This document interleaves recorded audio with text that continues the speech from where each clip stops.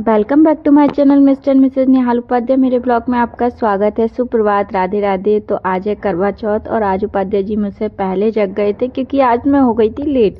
रात में क्या है, मैंने मेहंदी लगवाई तो फिर मैं उसे छुड़ा कर ही सोई, जिससे बेड शीट वगैरह गंदी ना हो। और कहीं भी लग जाता है मेरा हाथ, कभी फेस पे कभी कहीं, तो मैं उसको छुटा कर ही सोई थी। देखिए मेरी मेहंदी का रंग इतना प्यारा था और आज की सुबह बहुत ही अच्छी थी। उठने का मन तो नहीं कर रहा था, लेकिन चलो उठते हैं, काम तो करना ही पड़ेगा। उपाध्याय जी रेडी हो गए थे स्कूल जाने के लिए और मुझसे पहले जगे हुए थे, इसलिए जल्दी रेडी हो गए थे। और बस अब मैं उठ के अब मैं देखती हूँ क्या करना है। बोल रहे थे कि जितना बने उतना ही काम करना। मेरे बैकग्राउंड से पटाखों की आवाज़ आ रही है क्योंकि अब दिवाली नज़दीक आ गई है। तो बस हम लोगों का घर क्या मार्केट में है, तो यहाँ आसपास बहुत सी आवाज़ें आती हैं, तो प्लीज़ बैकग्राउंड जो आवाज़ आ रही है उसे अवॉइड कीजिएगा। और बस इसके बाद हम लोग उठते हैं और अब मैं थोड़ा बेड वेड साफ़ करूं। सबसे पहले उठ के मुझे बेड ही साफ़ करना होता है, उसके बाद देखूंगी क्या काम करना है। और बस नींद इतनी थी कि कोई दोबारा बोल दे और मैं फिर से सो जाऊं, लेकिन क्या ही कर सकते हैं, ऐसे नहीं सो सकते, काम भी होते हैं। मेहंदी इतनी प्यारी लग रही थी, एक दिन का कलर रहता है और बाकी ये केमिकल वाली मेहंदी है तो एक ही दिन बहुत अच्छी लगती है, बाकी दिन तो गंदी ही लगती है। तो बस उपाध्याय जी रेडी थे, उनके पास 5 मिनट थे। मैंने कहा पास तो बैठ जाओ, जरा मेरी मेहंदी तो देख लो कैसी कलर लाई है। और आज इनका भी फास्ट है तो इनके लिए ज़्यादा हेडेक हो जाता है क्योंकि इनको स्कूल में बच्चों को पढ़ाना है, बोलना है। तो बस वही है, मेरे लिए इतना इजी मतलब टफ़ नहीं होता क्योंकि मुझे तो घर पे ही रहना है।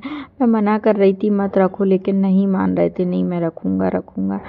तो बस ये मेरे हाथों की मेहंदी है जो कि आप देख सकते हैं, इतना प्यारा कलर लाई थी। मैं कह रही हाथ मत पकड़ो, आप अपना नाम देखो कहाँ लिखा है इस पर। तो ढूंढ रहे थे, रात में ही देख लिया तो उन्होंने यहाँ लिखा है। तो मैंने कहा बहुत अच्छी बात है। बोले क्या दोगी, नाम देखूंगा। तो मैंने कहा अरे बढ़िया है लेने वाले। तो बस हम सबसे पहले मंदिर की साफ़ सफाई करते हैं क्योंकि अभी पूजा भी करनी है उठकर। और मेरे घर बाई आती है, लेकिन मंदिर का और मैं अपने रूम का खुद ही करती हूँ झाड़ू पोंछा, बाकी जगह का बाई करती है।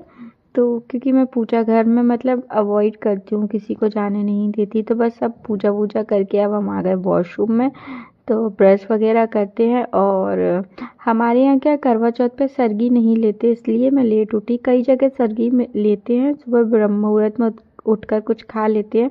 तो बस लेकिन हमारे यहाँ नहीं होता, मैंने कभी देखा भी नहीं है। तो बस अब नहा के सीधे मंदिर में आई। और आज मतलब करवा चौथ का दिन इतना स्पेशल होता है हर सुहागिन महिला के लिए कि वो तो वही समझ सकती है कि इसे मैं शब्दों में क्या ही बोलूँ, कोई शब्द ही नहीं होते। और आज के दिन मतलब हर महिला सोलह श्रृंगार करती है, सजती है, अपने पति की लंबी उम्र की कामना करती है। और बस भगवान और माता रानी से यही प्रार्थना है कि बस सबका सुहाग ऐसे ही बनाए रखें और सबके मतलब सदा सुहागिन रहने का आशीर्वाद दें। और उसके बाद बस अब मैं अपने घर की आरती वगैरह पूजा करती हूँ और अब खाना वाना की तैयारी करेंगे क्योंकि मेरा उपाध्याय जी का फास्ट है। भैया और माँ के लिए हमें खाना बनाना है, तो देखती हूँ क्या बनाती हूँ जो इजी सा हो जाएगा। और आज मैंने अपनी राधा रानी को भी प्यारा सा तैयार किया था, आप देख सकते हैं उनका लुक कैसा लग रहा है। और कन्हैया जी का आज फास्ट रखा है राधा रानी ने, तो बस उनका भी आज व्रत है। और बस अब हम आ गए अपनी किचन में, जो थोड़े बहुत बर्तन डले थे उन्हें साफ़ करते हैं और खाना वाना की तैयारी करेंगे, खाना वाना बनाएंगे क्योंकि उन्हीं लोगों के लिए दो लोगों के लिए बनाना है। बाकी मैं जो खाना है मैं शाम को ही बनाऊंगी। तो बस ये सारा काम कर लेते हैं, फिनिश होके फिर देखो क्या करते हैं क्या नहीं करते कि खाना। बाकी वीडियो शूट करने में बहुत दिक्कत होता है, अकेला इंसान होता है तो नहीं कर पाता। बस दिन में खाना वाना बना के फ्री हुई तो बोर हो रही थी, इस व्रत में सोते नहीं है तो सोचा क्या कर लूँ, चलो अपनी गोदरेज ही जमा लेती हूँ, देख लेती हूँ कि रात शाम को क्या पहनना है क्या नहीं पहनना। तो बस मैंने अपना फैला हुआ सामान जमाया और अब बज चुके थे 4, मुझे बनाने जाना था खाना। खाना बना के अब मैं रेडी होंगी। सच में मैं बहुत बोर हो रही थी, बच्चे भी पढ़ाए और रेडी होके मिलते हैं फाइनली। अब आप देख सकते हैं ये है मेरा लुक। और मैंने लहंगा पहना हुआ था जो कि रेड कलर का था, बहुत ही प्यारा कलर आ रहा था। और तैयार होने के लिए मुझे मेकअप वेकअप करना नहीं आता, जो भी अवेलेबल था वो मैंने अरेंज करके बस तैयार हो गई।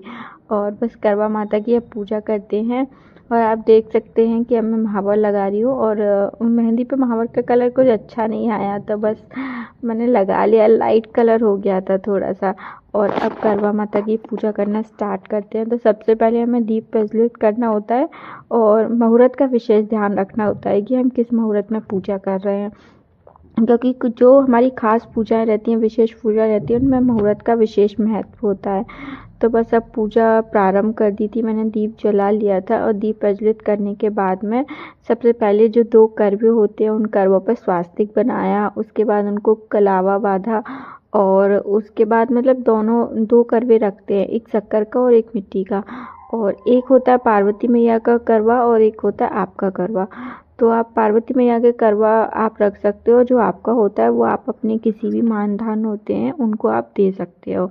तो बस मैंने जो कैलेंडर था मार्केट में जो मिलता है उसमें सब सारे जो सर्वप्रथम हम गणेश जी का पूजन करते हैं, उसके बाद जितने भी उसमें सूरज चंद्रमा जितने भी मतलब फ़ोटो थे सब पे तिलक किया। और उसके बाद मैंने जो छिड़कने के लिए जो सुहाग का सामान वगैरह जो भी सामान था वो सबसे पहले छिड़का। उसके बाद हम आरती करते हैं। कथा हम पढ़ चुके थे। कथा करने के बाद थोड़ा सा हवन करेंगे और बस अपने पति की लंबी उम्र की कामना करती हूँ कि भगवान उन्हें स्वस्थ रखे, उन्हें मेरी भी उम्र लग जाए। और हर स्त्री यही चाहती है कि उसके पति की उम्र बहुत लंबी हो।